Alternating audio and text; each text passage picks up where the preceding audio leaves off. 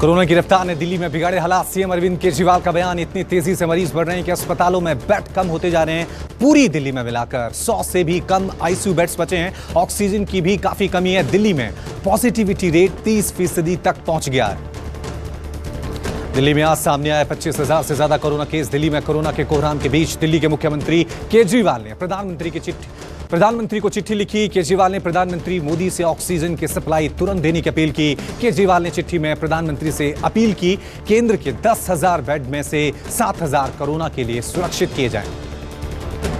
दिल्ली में आज weekend lockdown का दूसरा दिन था। आज भी राजधानी की सड़कों पर सन्नाटा पसरा था। सड़कों पर निकले लोगों से पुलिस ने रोककर पूछताछ की। बेवजह निकले लोगों का चालान भी काटा गया। बसों और टैक्सियों में भी पुलिस ने चेकिंग अभियान चलाया।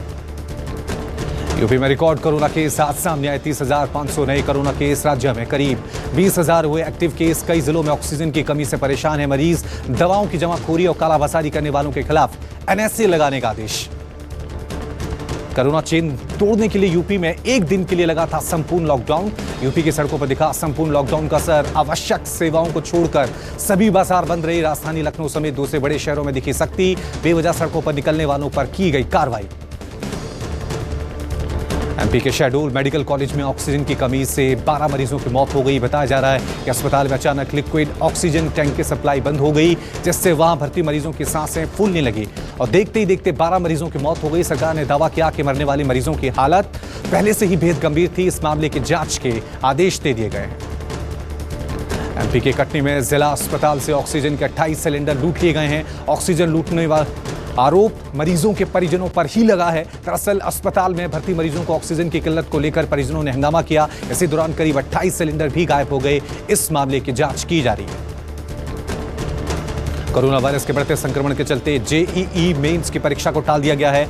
जेईई मेंस की परीक्षा 27, 28 और 30 अप्रैल को होनी थी, लेकिन अब इन तारीखों को आगे बढ़ा दिया गया है। नेशनल टेस्टिंग एजेंसी के मुताबिक नई तारीख की घोषणा परीक्षा से कम 15 दिन पहले की जाएगी।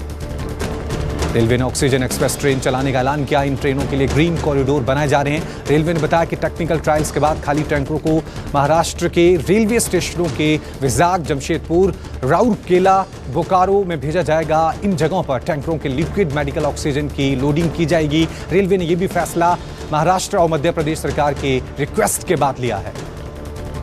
कोरोना संक्रमण को देखते हुए पीएम मोदी ने अपने संसदीय क्षेत्र वाराणसी के सीनियर अधिकारियों और डॉक्टरों के साथ रिव्यू मीटिंग की। वैक्सीनेशन और कोरोना संक्रमण की चेन तोड़ने को लेकर चर्चा हुई। मोदी की मीटिंग पर चिदम्बरम का तंज ट्वीट कर लिखा, बंगाल का युद्ध छोड़कर समय निकालने के लिए धन्यवाद।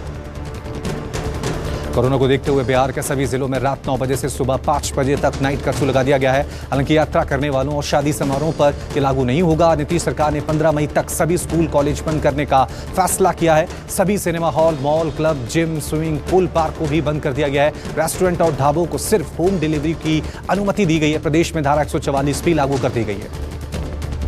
दिल्ली सरकार ने कोरोना गाइडलाइंस का पालन न करने पर 4 एयरलाइंस के खिलाफ मामला दर्ज करा है। दिल्ली सरकार ने एक्शन महाराष्ट्र से आने वाले सभी यात्रियों का नेगेटिव आरटी-पीसीआर रिपोर्ट चेक न करने पर लिया है। इंडिगो, विस्तारा, स्पाइस जेट और एयर एशिया के खिलाफ डीडीएमए एक्ट के तहत एफआईआर दर्ज किया गया है। दिल्ली के मुख्यमंत्री अरविंद केजरीवाल ने यमुना स्पोर्ट्स कॉम्प्लेक्स में बने कोरोना अस्पताल का दौरा किया। कोरोना से मचे हाहाकार के बाद सरकार ने यमुना स्पोर्ट्स कॉम्प्लेक्स को ही कोविड सेंटर में बदल दिया। जल्द ही यहां भी मरीजों की भर्ती शुरू कर दी जाएगी। कोरोना वायरस संक्रमण के बढ़ते मामलों के मद्देनजर द्वारकाधीश मंदिर को एक हफ्ते के लिए बंद कर दिया गया। मंदिर के कपाट 25 अप्रैल तक बंद रहेंगे। भगवान की पूजा और आरती जारी रहेगी, लेकिन श्रद्धालुओं को दर्शन की अनुमति नहीं होगी। कोरोना की वजह से कांग्रेस नेता राहुल गांधी ने बंगाल में अपनी सभी चुनावी रैलियों को रद्द किया। ट्वीट कर राहुल ने जानकारी दी। दूसरे नेताओं को भी बड़ी रैलियों से परहेज करने की नसीहत दी। पश्चिम बंगाल में आज अमित शाह का ताबड़तोड़ चुनाव प्रचार। नादिया और हावड़ा में मेगा रोड शो किया। पूर्वी बर्धमान और स्वरूप नगर में रैलियां की। कहा सरकार बनने पर बंगाल में लागू करेंगे सीएए।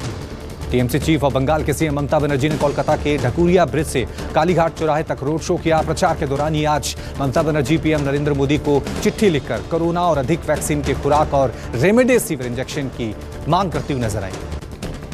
चुनाव आयोग ने बंगाल में बीजेपी नेता सायंतन बसु और टीएमसी नेता सुजाता मंडल को चुनाव प्रचार करने पर 24 घंटे का उन पर बैन लगा दिया है। सायंतन बसु पर भड़काऊ बयान देने का आरोप है, जबकि सुजाता मंडल पर एक इंटरव्यू के दौरान अनुसूचित जाति के खिलाफ टिप्पणी को लेकर लगाया गया है बैन। आज शाम 7 बजे से कल शाम 7 बजे तक लगाया गया है।